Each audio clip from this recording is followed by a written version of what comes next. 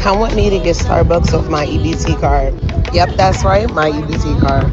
Food stamps, not cash.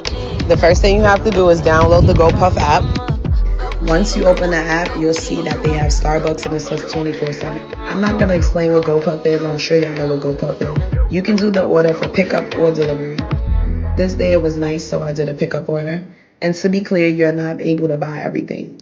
You're able to buy a lot of different drinks. There's a large variety of drinks and cake pops, certain snacks, no hot food. I'm not going to say too much. You can see what happened here. Just download. The caption says, mind you, this is supposed to be a food stamps renewal interview. Weekly, so it'll be on that paper. Hold on. Let's get some further context and look at the description real quick. It says, yesterday I was supposed to have a phone interview to renew my EBT. The interviewer started okay till she asked me for my address. I told her I live in an extended stay motel, and her response was outrageous. She immediately said, a motel? Well, I have to report you to CPS. CPS, Child Protective Services, all because I live in a motel. Okay, so we kind of get the gist. And in addition to that, Weekly, so it'll be on that paper. and in addition to that, we need to know, your mom pays over $1,600 a month for you, and I guess she works, she must have worked. But we want to know how she is able to pay your bills as well as her bills. Okay. So we are asking her for a copy of her ID as well as just a statement to show where the money comes. Hold on, let me read those captions she put in there. As well as. Okay. So we are asking her for. She said, at this point, everything this lady asking for is BS. She doesn't want me to get the food stamps. A copy of her ID as well. She needs my mom ID and bank info so she can see how she pays her bills and mine so I can renew my food stamps. As just a statement to show where the money comes from. Okay, no problem. Let's take it from the bank, and she get a statement from the bank. Is lodging, living lodging, each day, each week, each month, whatever. All right, no problem. We can see that. Okay, I got you. Oh, okay, all right, and send those to me as quickly as possible so that you can get the benefits and get some food for the kids because you don't have any money. Okay, no problem. Oh, sorry. Okay, no problem. I'll get it for you. Weekly, so it'll be on. Well, I guess what I'm trying to understand is what she got the attitude for. And I'm not talking about the caseworker on the phone. I'm talking about the person trying to make the call. This is what comes with, for one, dealing with the government. It's slow. It is, even when you're dealing with the IRS, it is frustratingly slow. It's always going to be a process. And then when you're talking about getting free money from them, yes, they require extra visibility. And it's simply because so many other people have misused it before and also currently. And so now we have to dot our I's and we have to cross our T's because these funds are allocated for a certain reason. And honestly, you're not supposed to be incentivized to stay on it to begin with. So it's not supposed to be an easy process. It's supposed to be frustrating. It's supposed to be difficult. It's supposed to be annoying because you're getting free stuff without going to work. Nothing in life is free. If you go to work, there's friction to go to work and make your money. I mean, you're getting free benefits. If this is the only friction and you're in the comfort of your home on the phone, then that's on you if you're acting like this is so hard, in my opinion. Y'all, before we get into the next clip, if you could like the video, I greatly appreciate it. Only takes a second, and it actually helps out more than you know. And also, if you could hype. It says, stay-at-home mom rant. I cannot with government assistance. Listen, anybody that is on food stamps and has been on food stamps for years at this point. Round of applause to you because this is freaking horrible. You see, I don't understand how much more clear it can get. I am broke. I have no money. I have no job. I am broke. I don't understand why you need confirmation after confirmation, especially about a job that I last worked 10 months ago. 10 months ago, you want to confirm I don't work there anymore, yet I have no pay stubs to show for 10 months now from that job. Like, it's so stupid. Like, no, like, I need to get off of this program ASAP, for real. Listen. See, that's the goal. That's the goal. They need to keep harassing you to the point to where you say, nah, I need to get off this program. Were you not already going into it with that thought process? So let me get this straight. You got upset and you got emotionally frustrated because they're just asking you a question and they're confirming. See, usually when people get defensive and upset about something, it's because they want to try to work something in a certain type of way, but you're making it impossible because it's so tight. And so they can't work it how they want to. And so then they get upset at you for dotting your I's and crossing your T's. And now all of a sudden she's like, oh, nah, this ain't going to work for me. I got to get off this program. Ma'am, that should have been your attitude all along. It shouldn't be reactionary because of anything external. It should be already internal within yourself that you have an urgency and you have a desire to get off the program. But it sounds like it's not meeting the expectations. And by expectations, it sounds like you expected to be able to ride this out for as long as possible. But now you're understanding the constraints and you're understanding everything it ultimately comes with. And now you're saying it's not worth it. Are you destitute or not? Are you destitute or not? Sounds like you're not. Sounds like sounds like you recognize you do have clear opportunities to get off the program. So why now is it that you're willing to go through those avenues? Why weren't you already willing to do that? Is the question.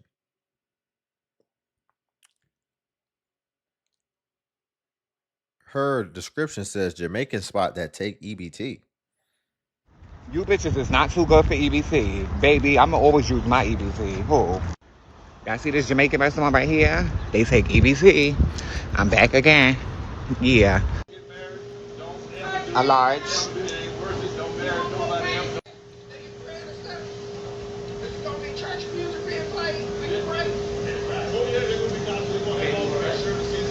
Yes, please.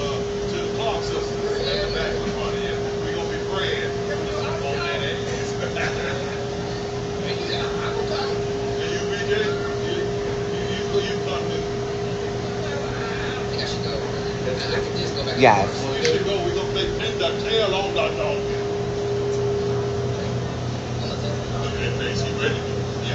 Oh, they hooking me up today with the plantains, y'all. What's that?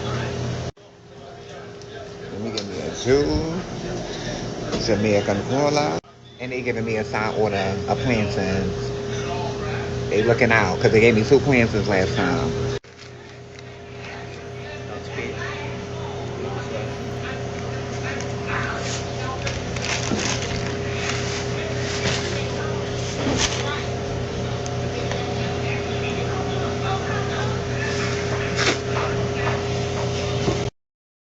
You bitches is not too good for EBT.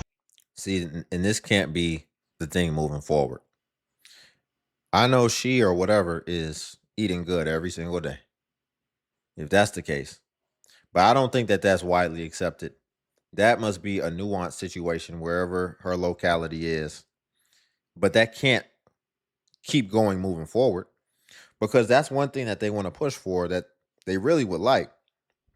It started with them now allowing rotisserie chicken to be purchased on EBT because if you didn't know, you're actually not able to buy, in most cases, hot foods using government assistance.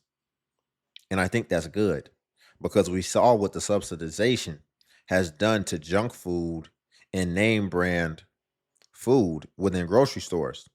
It's made it astronomically climb in price. And so imagine if that were to happen with hot foods and fast food or restaurant foods. Now, if it wasn't hard enough for people who already pay taxes with rising prices without wages to match the rising prices and the rising inflation, now you try to go and get some. I mean, groceries. I mean, excuse me, restaurants and this type of thing. They've been steadily raising prices too, but you add subsidization into that, and you allow this mass flooding of people to be able to use government assistance on hot foods. Now you're gonna go try to get a 10-piece wings with some fries, and it's gonna be $50. So I don't think that can happen. I don't think we should let that happen. I really don't. Cook, you got time. Her description says food is a human right. People who receive food stamps still have to go to the food bank and the food pantry because they don't give them enough food stamps. They do not be giving people the food stamps people think they be getting. Some people might get $20, $60, $100 for a family of 5. What they supposed to do with that? And even the people who get a decent little amount of food stamps with the rising food costs, that is not going to last, especially depending on the area you live in. I know she did not get a bonnet to match her shirt. Her bonnet matched her shirt. So she got bonnet outfits. I digress. Where, especially depending on the area you live in. Take where I'm from. There is one grocery store, and anybody can tell you it is a high-ass Piggly Wiggly. That Piggly Wiggly has a monopoly because there are no other grocery stores, so they can charge as much as they want. Man, I remember one time that Piggly Wiggly had a head of lettuce for $5. I will never forget it. It is so expensive for no reason. So if you don't have transportation to get to a Walmart or a cheaper grocery store that is at least 30 miles away, your EBT is not going to go that far, and you're going to end up hungry halfway the month through. And this is not for a lack of knowing how to shop. It's for a lack of not getting what they need. And I know you're going to say, well, people need to learn how to supplement. Food stamps is supplemental nutrition. How you going to supplement if you don't have any money? People don't have extra money in order to supplement their food bill, so they rely on the food stamps to help them the whole way. People are living hand to mouth. They don't have extra. Hold on. Let's go back to this. Food stamps is supplemental nutrition. How you gonna supplement if you don't have any money? People. I like that you asking questions, but see, why don't you ask the real question?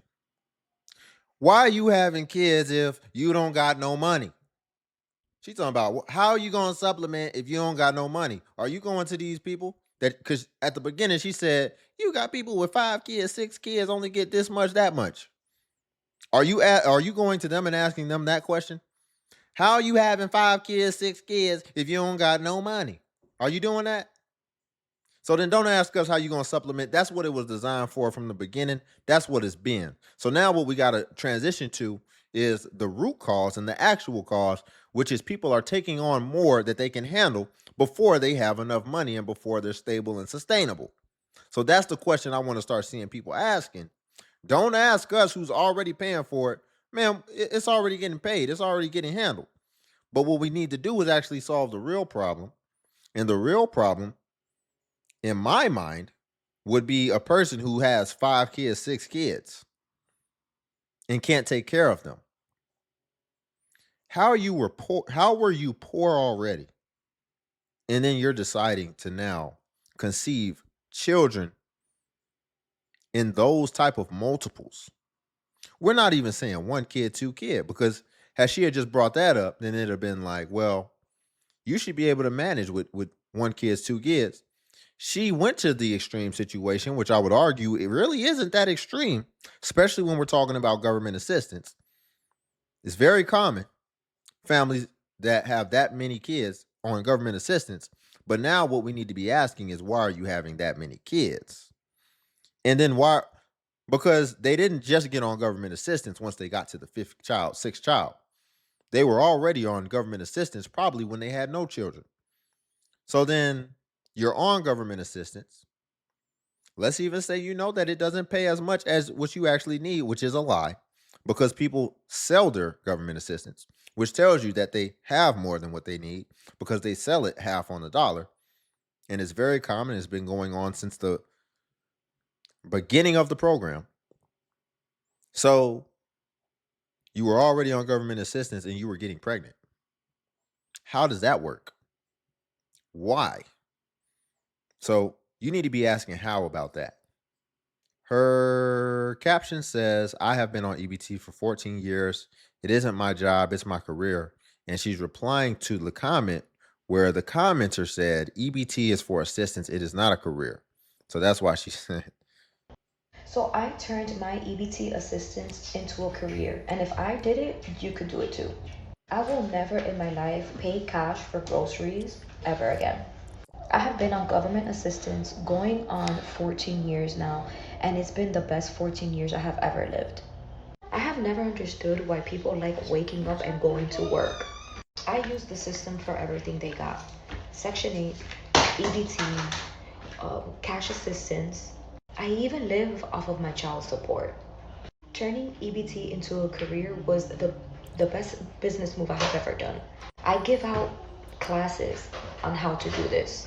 And for every single person that gets approved, I get a percentage off of their benefits. And that is exactly why I don't have to work, because everybody wants to apply for food stamps. So I give you hints and tips and tricks on how to get approved. And your way of saying thank you to me is giving me a percentage off your EBT card. It's a win-win for all of us. So the food stamp system is broken. I get food stamps. I have 2 disabled kids. I do not work because they are that disabled. Level 3 autistic, level 2 autistic. One of them is completely nonverbal and absolutely needs me. Honestly, she doesn't go to school half the time because of how disabled they are. I get food stamps, okay? And I needed to reapply for food stamps, which usually it takes like a week, and you get an interview and everything is fine unless you skip past the due date and then you have to reapply. And that's annoying as all hell. Well, it's always been this way that you can call in for an interview and you can't get anyone online. You just can't, okay? So I always just go in and make them call me, right? This usually works. It's usually maybe a 24 to 48 hour process of getting your food stamps back on. Go into the thing. 1, they gave me way less time than they usually do to actually get an interview.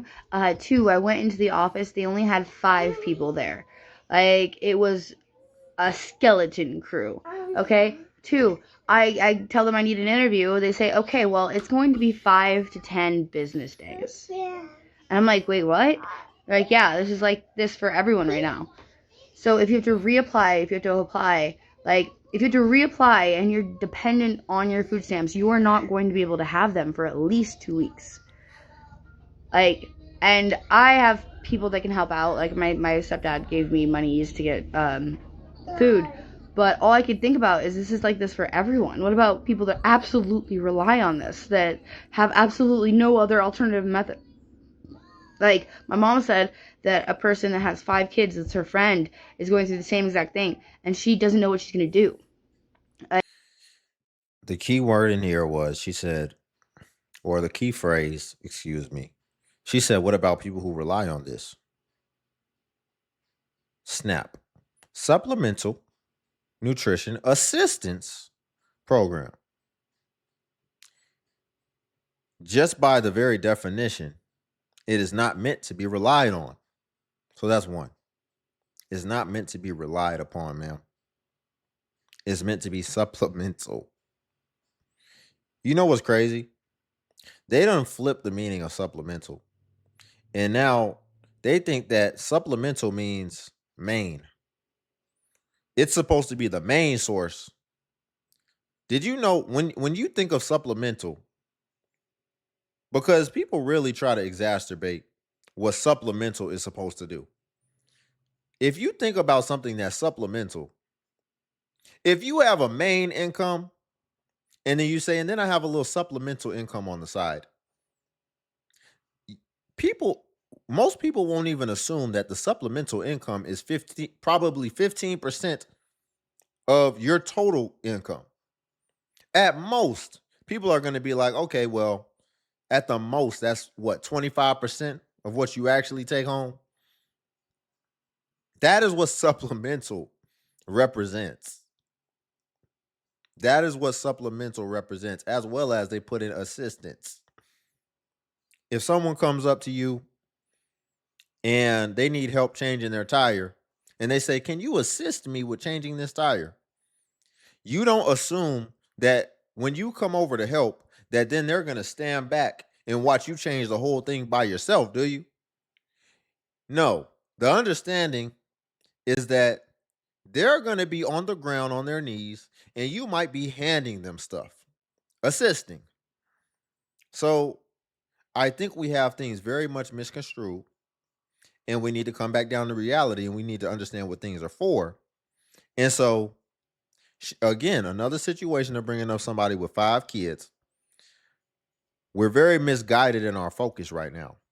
We don't need to be focusing on why a program is what is the way that it is. We need to be focused on why are you having 5 kids? Ma'am, it sounds like both of your kids have disorders or whatever. I'm gonna be honest, I don't know if autism is enough for you to say, "Oh, I have to be around my kids 24/7, so I can't work." But I'm not educated enough on it. So I'll let that go. But what I do know is that you said they're both autistic. So that means that the first kid was a handful already. So again, if the first kid was already a handful, then why did you have another one that you clearly can't take care of and you know that you can't work? These are the things we need to be addressing. Like, and especially for somebody like me, like, yeah, I can go to food boxes all day for the adults in my household, but I have an autistic level 3 child who only eats her same foods. Will literally starve herself if she doesn't have the foods that she's comfortable with. So, like, this is just insane. And they're talking about getting more cuts to the food stamp system. I don't. And then one of my other friends, when I was telling the story, said that her dad usually gets only $400 a month because he's a disabled veteran, and they cut it down to $200 a month. $200 is nothing nowadays. Nothing. I just, it's fucked. It's totally like, it's getting to the point where it's gonna get really hard on a lot of families that are really in need. And if they cut it again, I see this being total chaos. See it being total chaos, huh? I feel for everyone. I feel for the woman with 5 kids. I feel for the disabled veteran that only gets 200. Like, it's insanity. No, you're insane. And notice, it's so funny. People have kids, and it's so clear that it's a possibility that they're having kids so they don't have to work.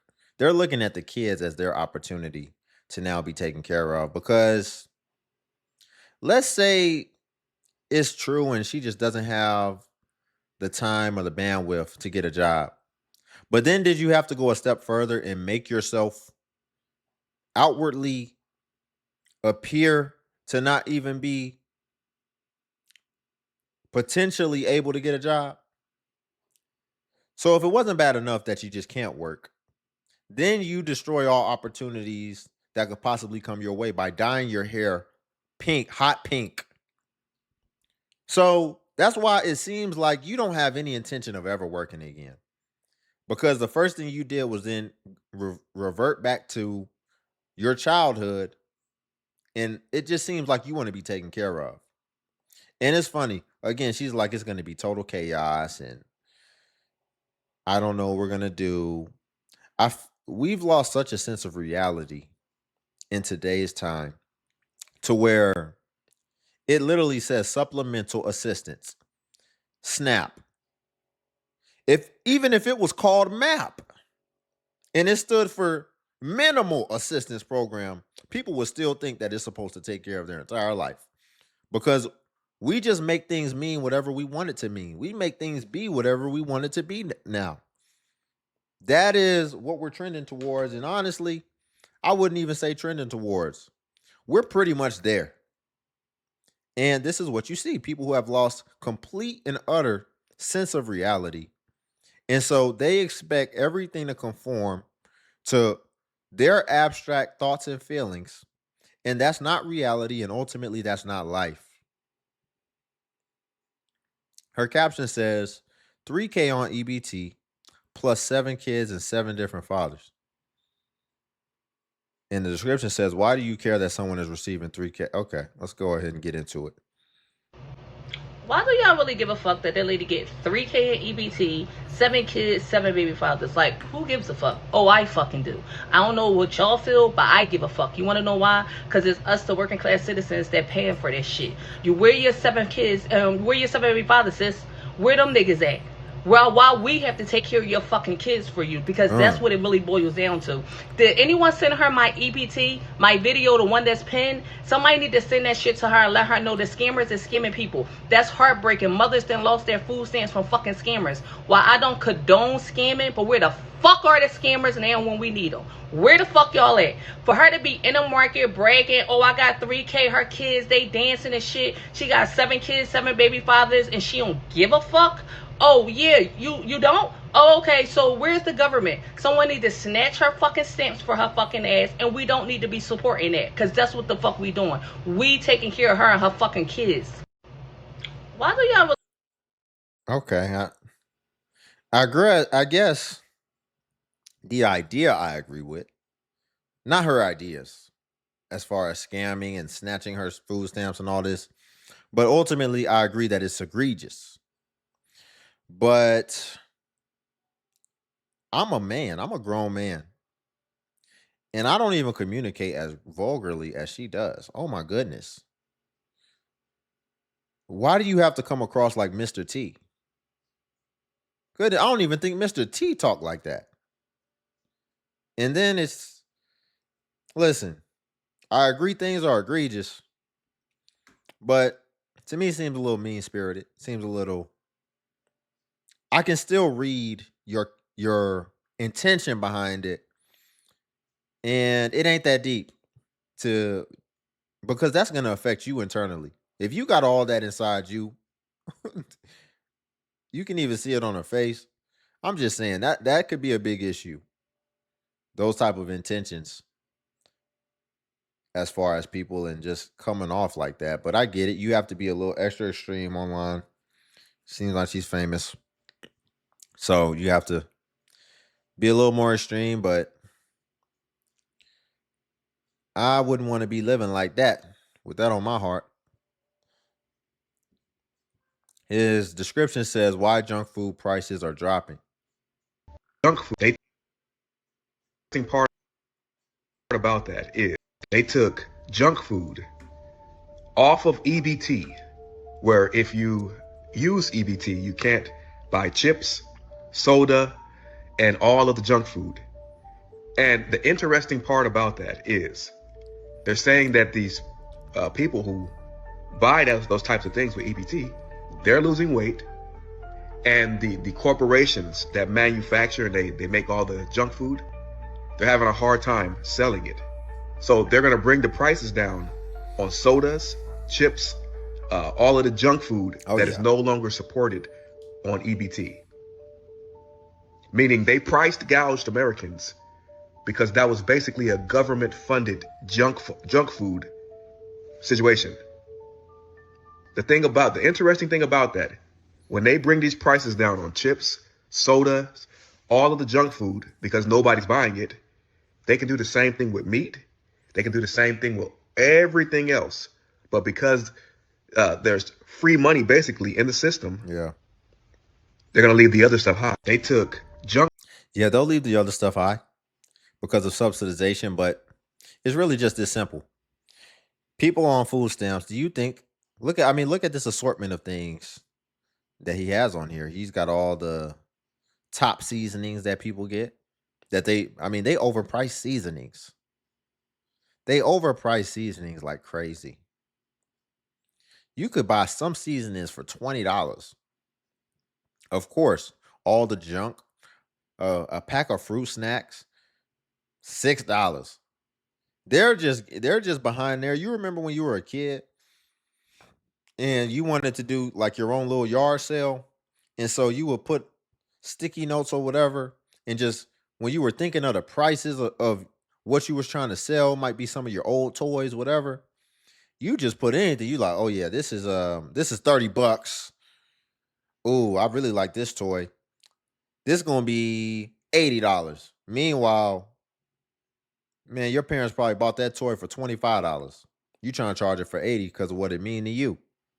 And because you think that money is just endless, bottomless.